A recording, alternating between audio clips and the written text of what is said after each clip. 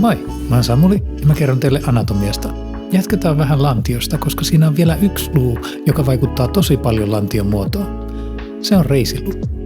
Reisiluu kiinnittyy lantioon vähän hassulla tavalla. Demonstroin tätä leikkimällä ruoalla.